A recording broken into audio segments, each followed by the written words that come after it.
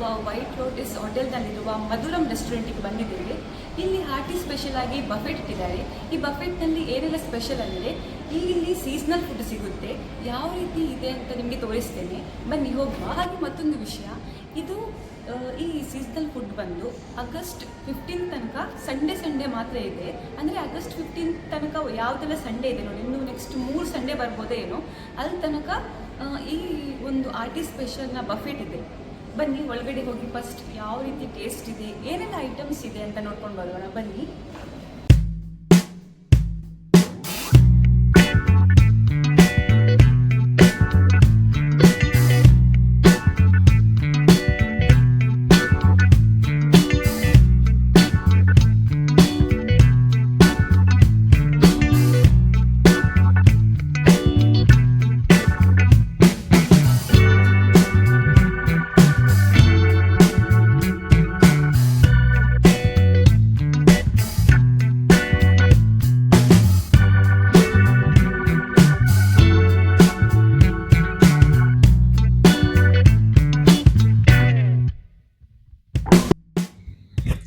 ಇವತ್ತಿನ ಮೆನು ಹಾಕಿದ್ದಾರೆ. ಇದಿಷ್ಟು ಐಟಮ್ ಇದೆ ಇಲ್ಲಿ.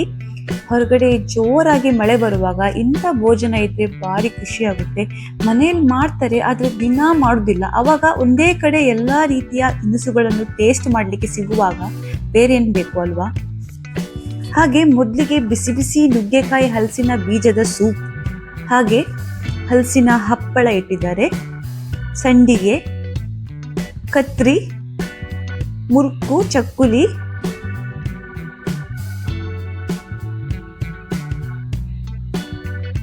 ಮೊಸರು, ಉಪ್ಪಿನಕಾಯಿ, ಹಾಗೆ ತುಳುವಿನಲ್ಲಿ ಕುಡು ಚಟ್ನಿ, ಕನ್ನಡದಲ್ಲಿ ಹುರುಳಿ ಚಟ್ನಿ ಅಂತ ಹೇಳ್ತಾರೆ, ಹಾಗೆ ತಿಮ್ಮರೆ ಚಟ್ನಿ, ಕೋಸಂಬರಿ,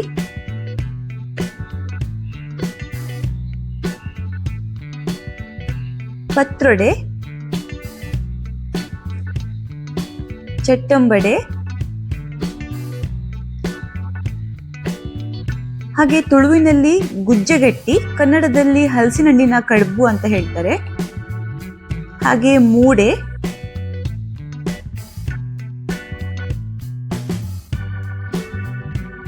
ಕಡ್ಲೆ ಗಸಿ, ಮೊಳಕೆ ಕಾಳಿನ ಗಸಿ, ಇದನ್ನು ತುಳುವಿನಲ್ಲಿ ತೊಜ್ಜಂಗ್ ಪದೆಂಗಿ ಸುಕ್ಕ, ಹಾಗೆ ಕನ್ನಡದಲ್ಲಿ ತಗೆತೆ ಸೊಪ್ಪಿನ ಸುಕ್ಕ ಅಂತ ಹೇಳ್ತಾರೆ, ಹಾಗೆ ತುಳುವಿನಲ್ಲಿ ಉಪ್ಪಡ್ ಪಚ್ಚಿ, ಕನ್ನಡದಲ್ಲಿ ಉಪ್ಪಿಗೆ ಹಾಕಿದ ಹಲಸಿನಕಾಯಿಯ ಪಲ್ಯ, ಇದನ್ನು ತುಳುವಿನಲ್ಲಿ ಸೌತೆ ಬೋಲೆ ಕೊದ್ದೆಲ್ ಅಂತ ಹೇಳ್ತಾರೆ, ಕನ್ನಡದಲ್ಲಿ ಸೌತೆಕಾಯಿಯ ಬಸಳೆ ಹಾಕಿ ಹಲಸಿನ ಬೀಜ ಹಾಕಿ ಮಾಡಿದ ಸಾಂಬಾರ್, ಹಾಗೆ ತುಳುವಿನಲ್ಲಿ ಕುಡುಸಾರು, ಕನ್ನಡದಲ್ಲಿ ಹುರುಳಿಕಾಳಿನ ಸಾರು, ಹಾಗೆ ಬಾಯ್ಲ್ಡ್ ರೈಸ್ ಮತ್ತೆ ವೈಟ್ ರೈಸ್ ಇಟ್ಟಿದ್ದಾರೆ. ಹಾಗೆ ಇದನ್ನು ತುಳುವಿನಲ್ಲಿ ಪದೆಂಗಿ ಪಾಯಸ ಅಂತ ಹೇಳ್ತಾರೆ, ಕನ್ನಡದಲ್ಲಿ ಹೆಸರು ಬೇಳೆ ಪಾಯಸ. ನಂತರ ಇಲ್ಲಿ ರಾಗಿ ಮಣ್ಣಿ ಇಟ್ಟಿದ್ದಾರೆ.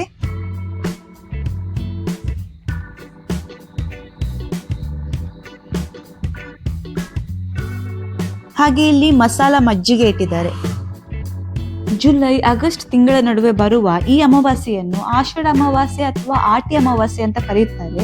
ಹಾಗೆ ಕರ್ನಾಟಕದಲ್ಲಿ ಹಲವು ಭಾಗಗಳಲ್ಲಿ ಭೀಮನ ಅಮಾವಾಸ್ಯೆ ಅಂತ ಕೂಡ ಆಚರಿಸುತ್ತಾರೆ. ಇದೇ ದಿನ ಕರಾವಳಿ ಅಥವಾ ತುಳುನಾಡು ಭಾಗಗಳಲ್ಲಿ ಆಟಿ ಅಮಾವಾಸ್ಯೆಯನ್ನು ಆಚರಿಸುತ್ತಾರೆ. ಆದರೆ ಆಚರಣೆ ಒಂದೇ ದಿನ ಆದ್ರೂ ಅದರ ಹೆಸರು, ಆಚರಿಸುವ ಕ್ರಮ, ಉದ್ದೇಶ ಮತ್ತು ಆಹಾರ ಕೂಡ ಭಿನ್ನವಾಗಿರ್ತದೆ. ಕನ್ನಡದ ಆಷಾಢ ಮಾಸವೇ ತುಳುವರ ಆಟಿ. ಈ ಮಳೆಗಾಲದಲ್ಲಿ ಸಿಗುವ ತರಕಾರಿ ಹಣ್ಣುಗಳಿಂದ ಮಾಡಿದ ಭೋಜನ ಎಲ್ರಿಗೂ ಇಷ್ಟ ಆಗುತ್ತೆ. ಹಾಗೆ ಇಲ್ಲಿ ಇವತ್ತು ಇಂಥ ವಿಶೇಷವಾದ ಬಫೆಟ್ ಇಟ್ಟಿದ್ರಿಂದ ನನಗಂತೂ ತುಂಬಾನೇ ಖುಷಿ ಆಯಿತು. ಹಾಗೆ ಈ ರೆಸ್ಟೋರೆಂಟ್ನಲ್ಲಿ ಬಫೆಟ್ ಅಲ್ಲದೆ ಬೇರೆ ಫುಡ್ ಕೂಡ ಬೇಕಾದರೂ ಆರ್ಡರ್ ಮಾಡಬಹುದು. Indian special sweets, rasgulla, jalebi, malpuri, rabdi, ಹೀಗೆ ತುಂಬಾನೇ ಸ್ವೀಟ್ಸ್ಗಳಿವೆ ಇಲ್ಲಿ. ಹಾಗೆ Chinese item, paneer, mushroom, gobi, roti, curry, matka biryani, ಯಾವುದು ಬೇಕಾದರೂ ನೀವು ಬೋರ್ಡ್ನಲ್ಲಿರುವುದನ್ನು ಆರ್ಡರ್ ಮಾಡ್ಬೋದು. ಫುಡ್ ತುಂಬಾನೇ ಒಳ್ಳೆದಿದೆ. ಇಲ್ಲಿಯ ಪನ್ನೀರ್ ಒಮ್ಮೆ ನೀವು ಟೇಸ್ಟ್ ಮಾಡಿದರೆ ಪದೇ ಪದೇ ಇಲ್ಲಿಗೆ ಬಂದು ನೀವು ತಿಂತೀರಾ, ಅಷ್ಟೊಂದು ಟೇಸ್ಟಿಯಾಗಿದೆ. ಇದರ ಪ್ರೈಸ್ ಬಂದು 399 ರುಪೀಸ್ ಪರ್ ಪರ್ಸನಿಗೆ. ಎಷ್ಟು ಬೇಕಾದರೂ ತಿನ್ಬೋದು, ಅನ್ಲಿಮಿಟೆಡ್. ಅವರು ಖಾಲಿ ಆದಾಗೆ ತಂದು ಹಾಕ್ತಾ ಇರ್ತಾರೆ, ಬಿಸಿ ಬಿಸಿಯಾಗಿ ತಿನ್ನಲಿಕ್ಕೆ ಸಿಗುತ್ತೆ. ಹಾಗೆ ಪ್ರತಿಯೊಂದು ಸಂಡೇ ಏನಾದರೂ ಒಂದು ಚೇಂಜಸ್ ಮಾಡ್ತಾ ಇರ್ತಾರೆ ಅವರು. ಇದರಲ್ಲಿ ನೆಕ್ಸ್ಟ್ ಯಾವಾಗಾದರೂ ಬರುವಾಗ ಶೇವಿಗೆ ಕಾಯಿ ಹಾಲು ಸಿಗ್ಬೋದು ಅಥವಾ ಅರಶಿನ ಎಲೆ ಕಡುಬು ಸಿಗ್ಬೋದು.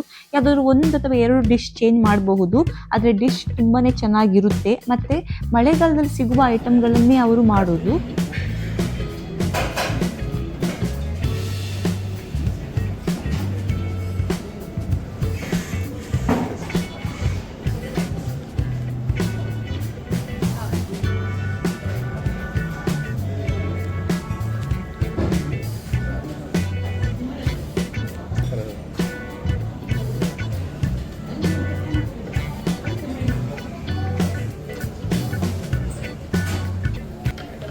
ನಾವು ರೆಸ್ಟೋರೆಂಟಿಗೆ ಊಟಕ್ಕಂತ ಬಂದ್ವಿ.